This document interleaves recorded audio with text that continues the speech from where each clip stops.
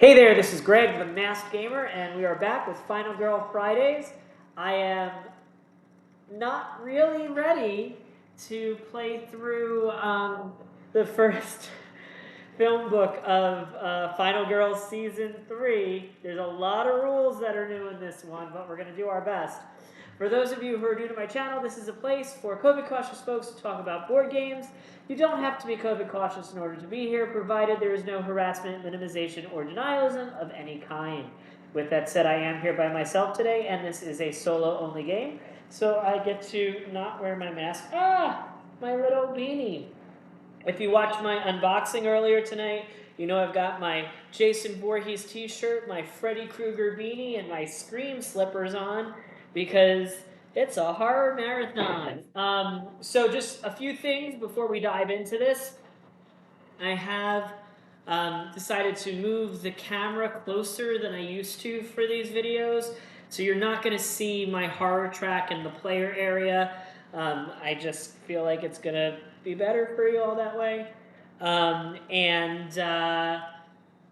That way I don't have to stand up and stretch as far, and I have a bad back and I'm old, and that kind of is part of it. Yeah, my back's hurt for a week. It's been lovely.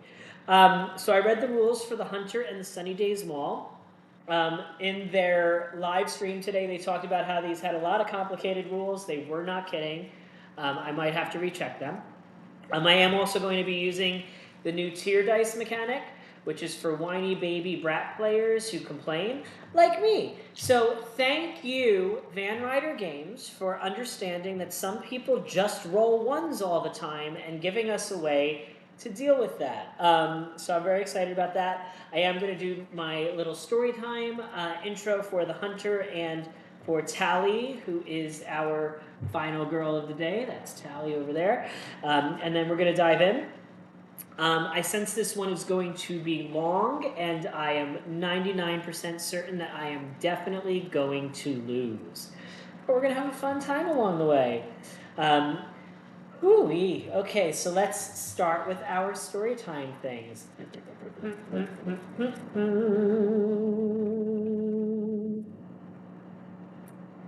Okay, the Hunter. All right, at the Sunny Days Mall. Language alert. Fuck are you smoking, lady? The kid. Oh, you can't see the kid. The kid right here, who I think is young Greg thought was a cute twink. Anyway, the kid had a face you wanted to punch, and it didn't get any easier when he opened his mouth. Unless you want to die, come with me. Cat was close to just leaving the brat to be splattered all over the food court by what was coming for him. Okay, well, we're not switching Final Girls. We're sticking with Tally. To be splattered all over the food court by what was coming for him, but even she had a moral compass. My mommy told me not to go with strange women, so fuck you very much, lady. The kid turned around and began to slink off towards Joystick Heroes, the local arcade. He walked like he owned the whole world, and Cat wanted to kill him herself.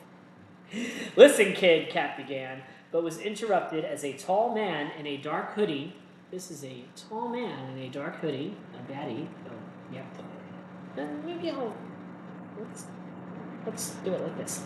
As a small man, here he is, a small man, a tall man. He's a tall man in a dark hoodie. That's what he is, a tall man in a dark hoodie. Rounded the corner and strode purposefully towards the kid. Casually held in his hand, as if he was carrying a shopping bag filled with weekend mall purchases, was a sawed-off shotgun. Oh shit. Cat managed to get out before the man raised the gun and pointed it at the child, who had frozen in his tracks like a paralyzed deer. Cat tackled the kid just as the hooded man filled the Sunny Days Mall with an explosion of gunfire. Hitting the squirming kid to the ground, she pulled her Colt 45 and put 4 slugs into the man, center mass, before he could fire again. He stumbled backward and shook off the bullets like they were annoying bee stings. But that brought Cat enough time to get the kid on his feet and around the corner. Holy shit, holy shit, holy shit, holy shit, holy shit! The kid stumbled and Cat hauled him up again, practically throwing him through the service doors that said mall employees only. Do you believe me now? Don't stop moving. What the hell is that thing? Cat followed the corridor around 3 more turns before slowing down and answering the kid's question. It's a human-like automaton for necessary threat elimination and removal. Hunter, for short. Automaton has the U capitalized instead of the A capitalized, so Hunter, for short. Some egghead was really pleased when he came up with that one.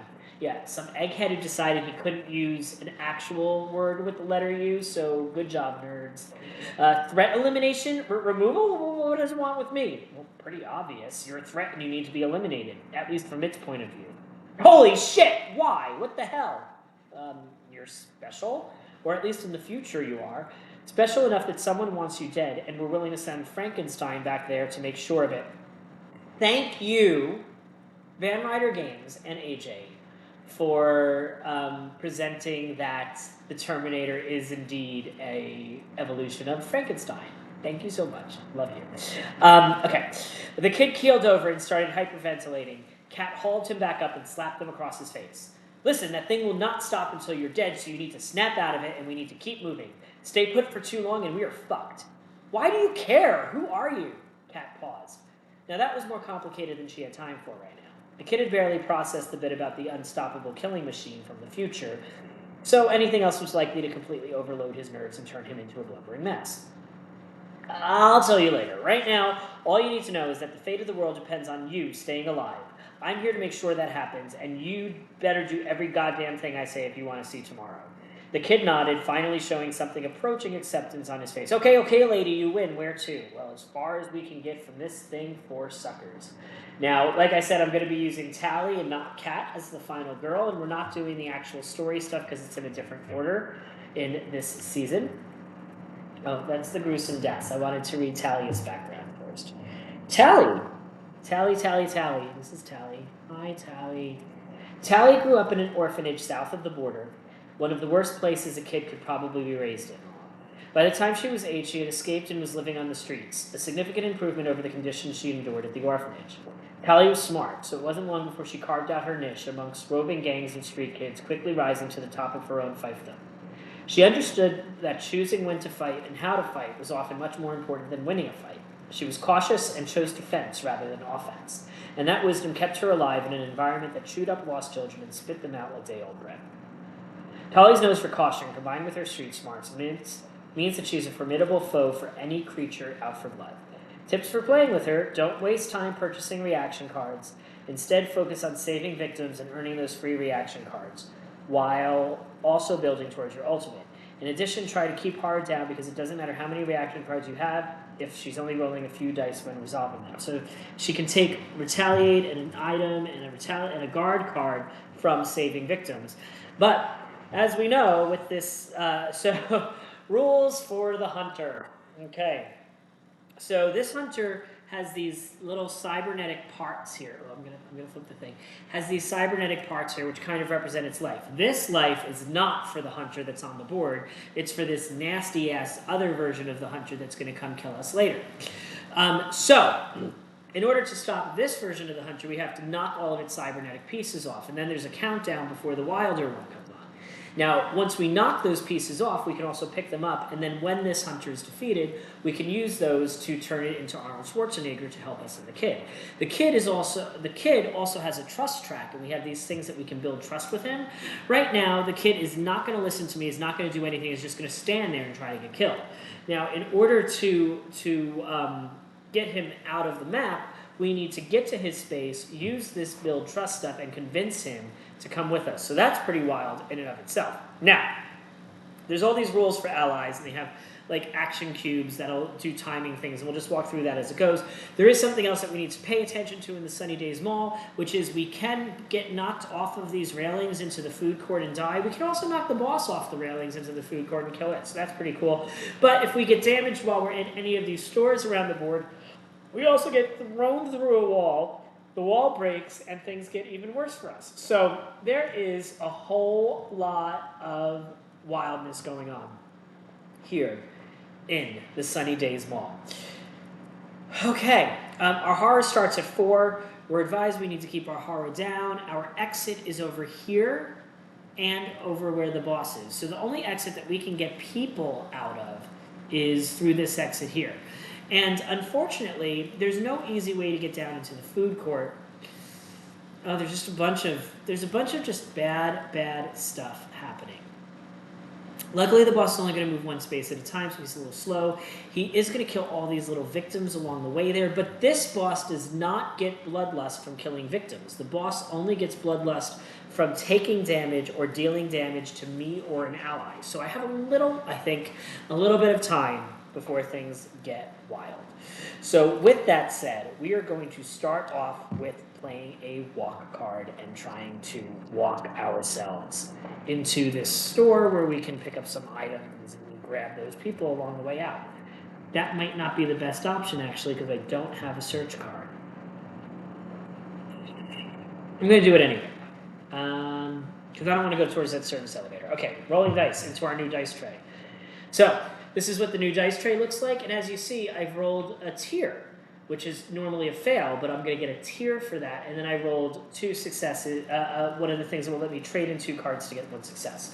So we have this little tier board here, and we're going to put tiers on the tier board, and then we can use them to do other effects. So it's kind of like a mitigation for bad stuff. So I'm going to put 1 tier on there, and I'm not going to use it for now. But what I am going to do is I'm going to discard my short rest and my weak attack, because there ain't no way I'm using them this turn, to turn one of those into a success, which lets me...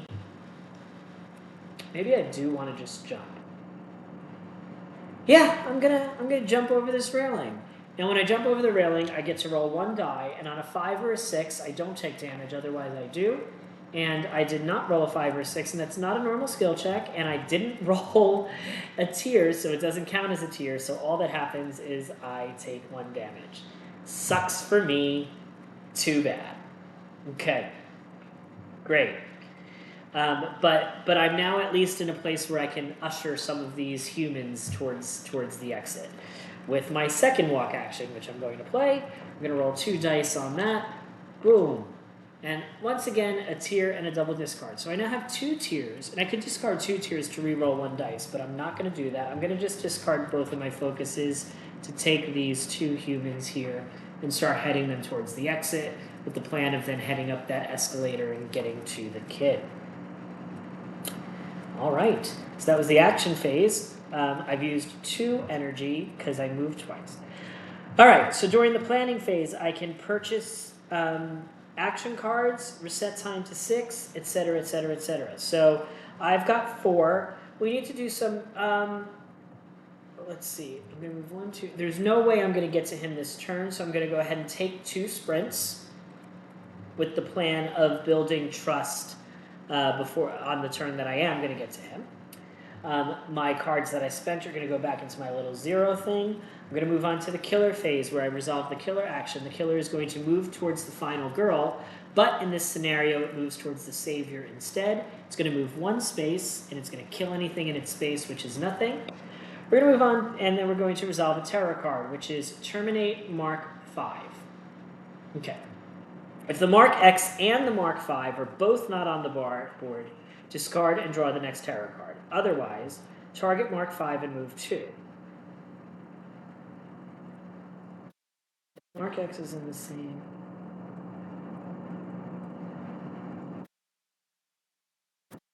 Oh, because they're not both on the board, I immediately draw the next terror card. That sucks.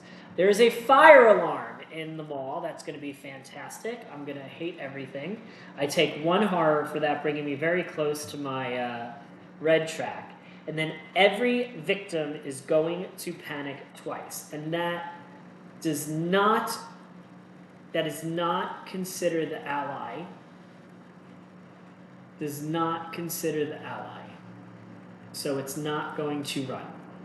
So we're going to have to roll a die a lot of times for a lot of people. We're going to start from here. That's going to run through 3, over to these 2 little meeples in this corner. First one of those is going to run through 2. So that jumps over the balcony, and I believe that means it immediately dies. But let me double check.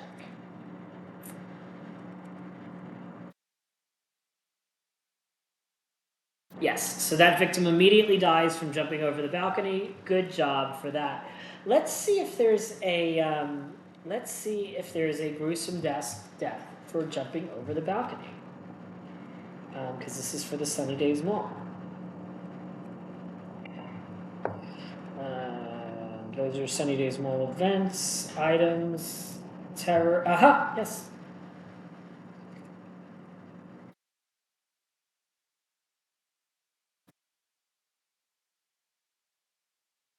Seeing what things we have. There's general deaths. We have hunter, terror, hunter, terror, hunter, terror. Sunny Days Mall. Oh no, and then that's for other bosses. So okay, yeah, there is one for this. There is one for the fire alarm card. So we're gonna read it. But. The shrill shriek of the fire alarm cut through the myriad screams as Tim and John, those two people there, that's fine, ran through the mall.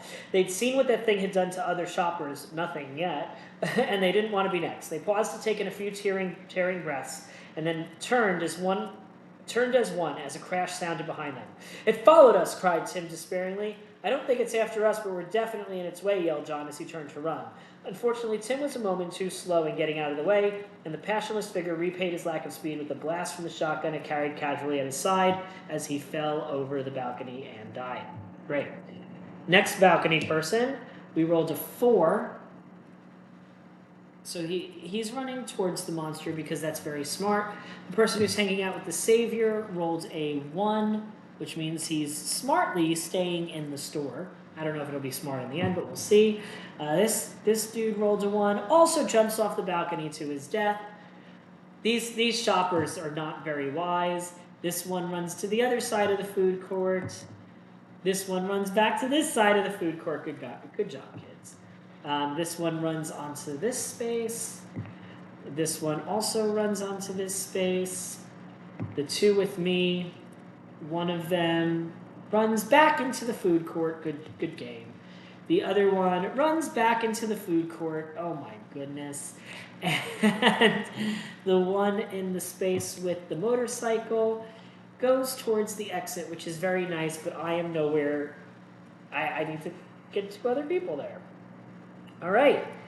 After that happens, the villain is going to move 1 space towards the savior and just kill the guy who ran right into his space.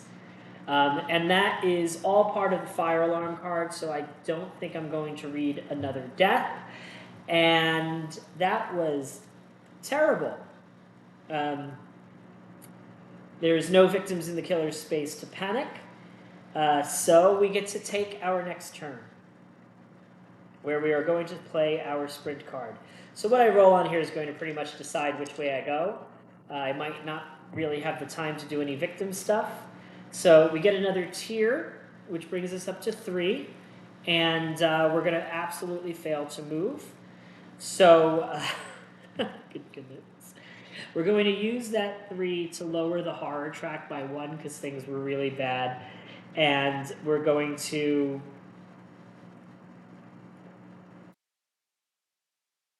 Boot. We're gonna move 1 space back to here.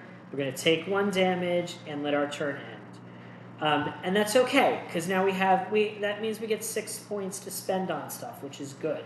So we can take our 2 build trusts. We get our basic cards back, and then we get 2 more to spend, which will take a search for later. I think that's 10 cards. 1, 2, 3, 4, 5, 6, 7, 8, 9, 10, which is our maximum hand size. So that's our planning phase. And hopefully things aren't going to be too terrible, but I kind of sense we are FUCK'd. So, yeah. Trying to learn, failing to learn. All right, so our killer is going to move 1 space closer to our savior, kill another person over here, and that is going to be a general death from the Mark 10. Or is that the Mark 5? From the Mark 5. Okay. And I rolled a 5. So, Ginger ran screaming from the imposing figure of the murderer who just sent her boyfriend sailing through the air with seemingly no effort. Matt looked like he was bleeding out, and Ginger's self-preservation won out as she imagined what the hulking killer would do to her. She made it no more than 5 steps away before the killer, who'd drawn a sidearm from his jacket, took aim at Ginger and placed 3 rounds with machine gun-like precision directly into her heart. Mercifully, Ginger was dead before she hit the ground. Everybody's dying, and we draw a terror card. This is gonna be awful. Oh my god, collateral damage. The killer moves 2 spaces towards the savior. I don't have time to get there anymore. For each railing space containing at least 1 victim the killer moves through, including its starting and ending spaces, it will push 1 victim over the wall railing. But there's no more. There's no more of that, so that is fine. Okay, so we got to get there and fast. But there's no other faster way than the way we were originally planning to go. So, yeah. Now we're in the panic phase. If a victim was killed this turn, and there was, we're going to panic all victims in the killer's space. So this person is going to stand there like an imbecile. Now the good news is that when the savior gets hit, it will be knocked through a wall. So, is that good news? No, they'll receive an extra damage. That's terrible news. Okay. Well, this might be pretty short. We're going to play a sprint. Luckily, we haven't increased any horror, so we do still get to roll 2 dice. And we've rolled our typical shit. So we're going to put a tier on our tier thing. And we're going to discard a weak attack and a focus to allow ourselves to move 2 spaces. So heading towards that escalator because we can't climb the railing. We're not even going to get to the kid, and we're going to die. We're now going to try to walk. This was much better. Much better. Whew, whew, whew, whew. I spend 1, I get to move 2 spaces. So I'm actually going through an escape space, which means I get to take care of 3 of our people. We're going to use one of them on a move 1 space to have moved 1 space here, which means we get to go up that escalator. I don't know why there's an escalator symbol, because there's no real effects to that, but whatever. And then we're going to take a retaliate card, and we're going to take any top item, which is going to be the gift card, which we'll be able to discard to get 4 time worth of actions, if you see where I'm going with this. We're going to discard the gift card at this point in time to take a sprint, which is worth 2, and a strike, which is worth 2. 1, 2, 3, 4. 1, 2, 3, 4, 5, 6, 7, 8, 9. And we still got stuff we can do. We've still got time. We've still got things. We're going to play another sprint. The sprint we just bought. Again, we got a tier and a discard 2 to make it a thing. We're going to take that tier. We're going to go ahead and get rid of our short rest and our... What is that location? That's the sporting goods store. Yeah, we're gonna get rid of one of those walks because that's what we're doing in order to move 2 spaces, and we have made it into Stan's sporting goods store with 3 time remaining. So there's no way we're gonna get a lot of focus out of this, so we're just gonna have to try to start building some trust with the kid. We did poorly. We did poorly as usual. I am going to discard a focus in one of the searches I just got in order to increase trust by 1. So now he's saying eat me instead of go to hell.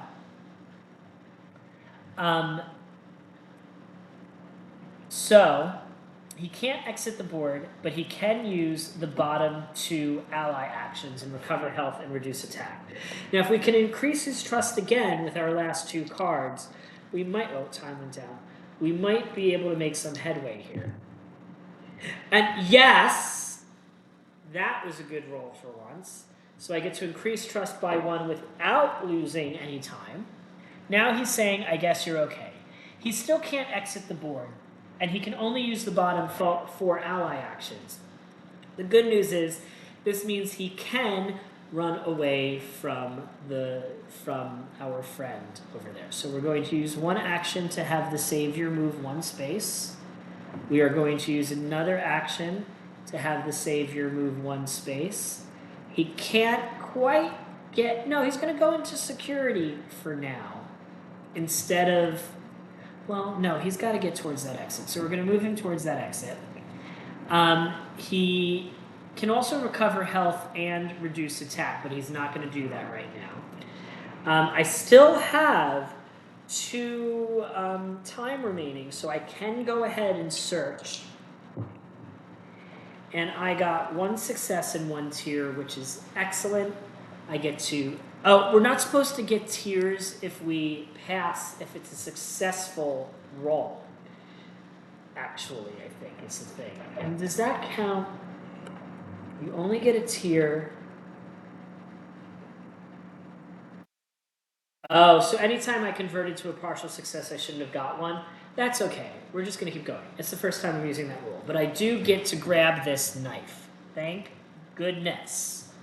So that'll let me do 1 extra damage with a retaliate if I do get to retaliate. And I lost 1 time. Now, the problem with this is I only have 1 time remaining, so all I can do is buy a close call card. And the sad news is the killer is not going to actually attack me. It's just going to head towards the final girl, which is the savior. So I won't get to use this retaliate just yet. So that's sad, but it's fine. I've built some trust. I've found an item. I got to the kid. I pulled out a lot of progress that I thought I was doomed. So he has not killed the savior yet. He has not taken damage yet. So therefore, his bloodlust is still not gone up. He is going to move 1 space towards the savior. So he's moving his way there, and then we draw a terror card. Deploy countermeasures. Place a countermeasure token, which is over here. Place a countermeasure token in each space adjacent to the hunter. Boom. Boom. Boom. Now, if you, an ally, or a victim enter a space with a countermeasure token, receive a damage and discard the token, and also horror goes up. I'm glad I put it down before. Okay, so that's that. He didn't kill anybody that turn. That's nice. He didn't take any damage that turn. The bloodlust still doesn't go up any, so that's pretty good. And yeah, okie dokie. So it's my turn, and I have a retaliate and a close call. So I can't do anything, is basically what it boils down to. But I do have 6 points to spend. So I can go ahead and grab a sprint. I can go ahead and grab a build trust. I can go ahead and I only have to build trust 1 more time to get the kid out. And I'm going to take a search. So that is 1, 2, 3, 4, 5. So I only get 5 of these cards back. So I'm going to take everything except for the short rest for now, because I do want to try to hit the hunter if the opportunity presents itself on my next turn. But bad things are going to happen at this moment in time. Does the savior... I got to read some savior rules here. Savior.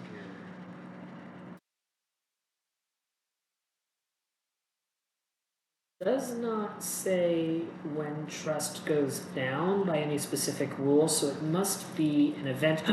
Oh shoot, you know what? I forgot, at the beginning of the game we were supposed to reveal an event card. We're going to do that now, and if it's something that just can't apply, we'll draw a different one. Yeah, we can do this now. Flash mob, come on people, dance like your life depended on it.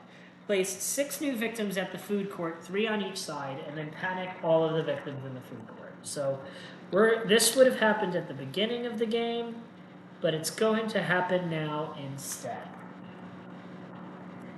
Okay. So we're going to do that.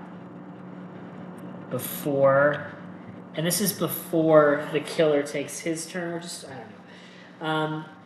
There's how many? There's 8 in there altogether, and any 6s, one will run out, what we'll say. So I got 1 6. So that ran out, and then I got 1 more 6. So we'll just say that's how the flash mob work, call it a day, and now the killer will take their turn. So it's going to move 1 space. It is going to do 1 damage to the savior.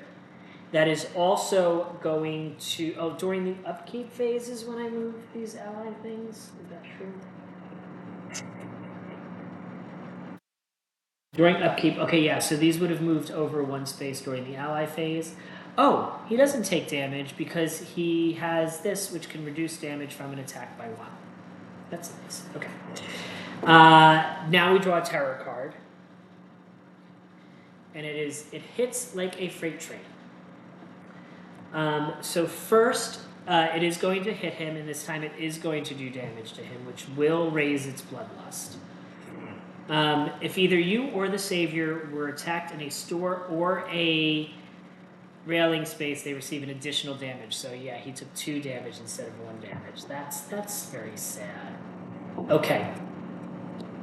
Then it is the upkeep phase, the panic phase. Nothing happens. The panic phase. In the upkeep phase, these come back and this comes here. Right. Okay. Now we go to our action phase again. So our kid is going to heal 1, and our kid is going to move 2 spaces. No, he's not going to move any spaces. Yeah, he's going to wait. He's going to heal 1. I'm going to go first. I'm going to play this search card and hopefully find something that will stop the world from being terrible. I got 1 success and 2, it rolled around. But I did get 1 success, I swear. And so therefore, I'm going to get an item from Stan's Sporting Goods, which is the Hackmaster 9000. While at security, which is here, I can spend 2 time to place an alarm token in any store.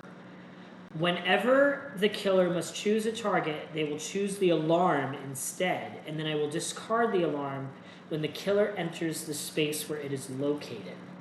That's interesting.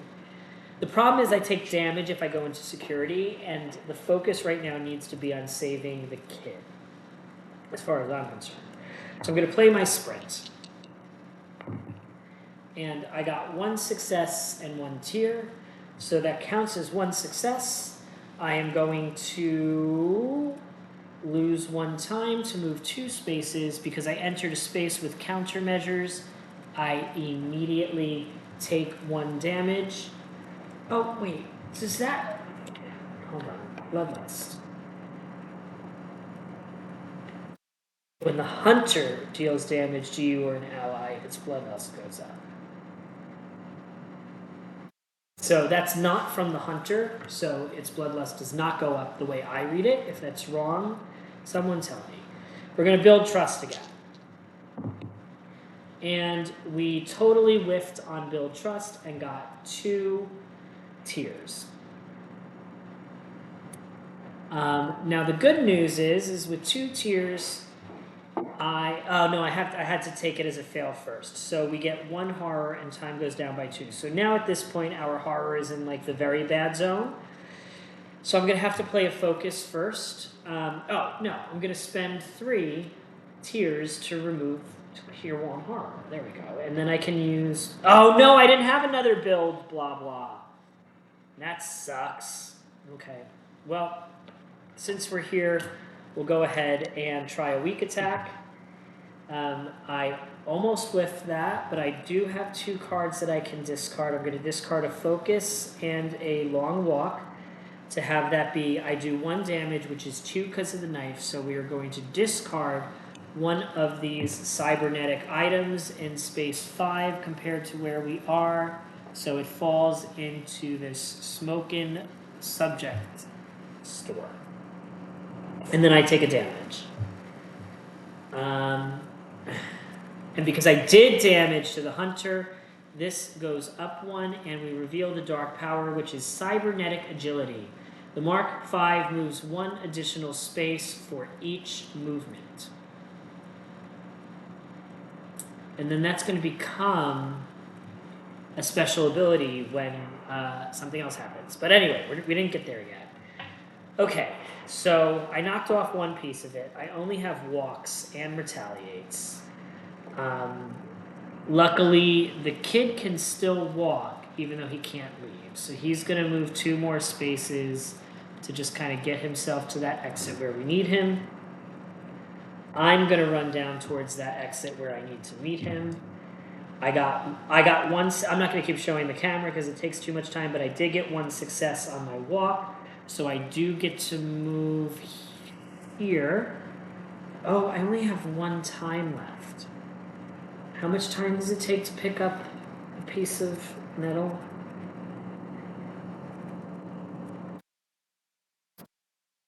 It takes 1. You know, I'm actually going to run into this room where I knocked off the metal piece and spend my last action to pick up that.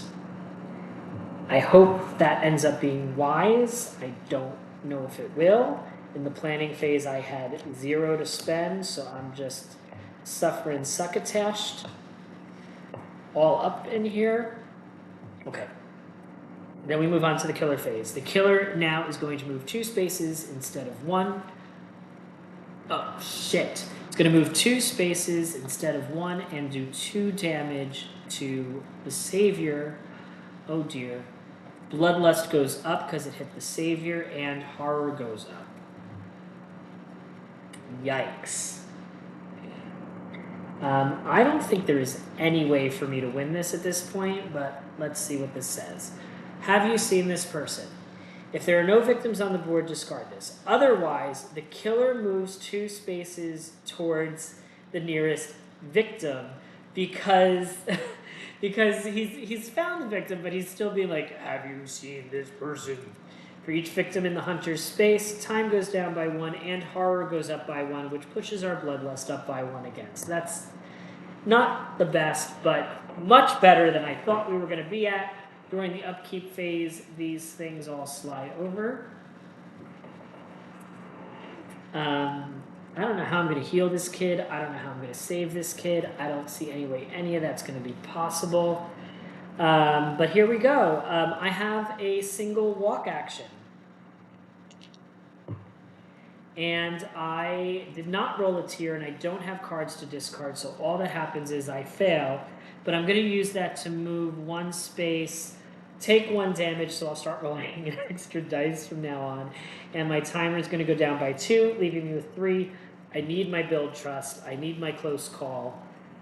If I'm going to have any hope of winning this, which I don't think I do. I think it's all over now-ish, but we'll find out. So during the killer phase, the killer moves back to our kid. It tries to attack him for 1. The kid has the reduced damage by 1, so he doesn't take any damage. And then if he gets attacked from this card, it's all over. Shock and awe, it's all over. Roll 1 fewer dice to a minimum of 1 when resolving action cards.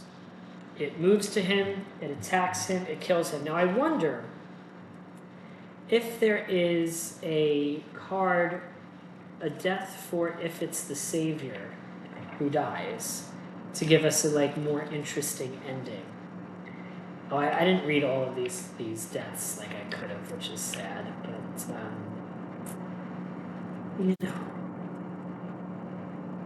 general deaths mark X, hunter mark X, but we'll read the death that's listed in this for the end of our thing. The kid's name is Timmy now. Explosion after explosion sounded one after another, seemingly without pause. Before Timmy could even think to run, the killer was upon him with eerie rapidity. He turned his head slowly to regard Timmy and then held out her. Oh, I'm reading the wrong one. This is a Mark 5, not a Mark 10. Let's do this again. Booming, crashing noises near Timmy will still call him Timmy. Timmy's position with eerie rapidity as he crouched, unsure which way to run. A flaming rack of clothes crashed through plate glass windows nearest him as she waited, followed by a hooded figure, the most imposing he'd ever seen. It strode purposefully forward, pausing when it reached him, its head slowly turning to regard him. Raising what looked like but couldn't possibly be a grenade launcher, it stated a simple "Hasta la vista" and depressed the trigger. His last thought were those of helpless shock as his world was lost in a bloom of fire and a boom of sound. The Savior has died, the game has ended. Wow, that was hard. There's a lot more going on here than there is in most of these things. And I'm actually kind of stoked to play this one again and like see how it evolves if you actually get somewhere, which I should not have paid any attention at all to rescuing victims or any of that stuff. I should have gone right for the kid and tried to save the kid. I didn't do it. It is what it is. But that was, that was our first box of Final Girl Season 3.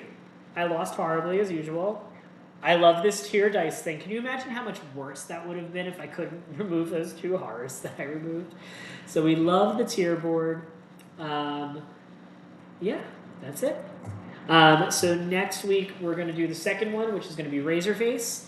I say next week, I'm going to be just pre-filming all of these, and so I'm going to be wearing basically the same clothes in all of these, and we're just going to deal with it. But thank you for tuning in, and don't forget to like, don't forget to subscribe, do not forget, keep those health bars full. Thank you and have a great night.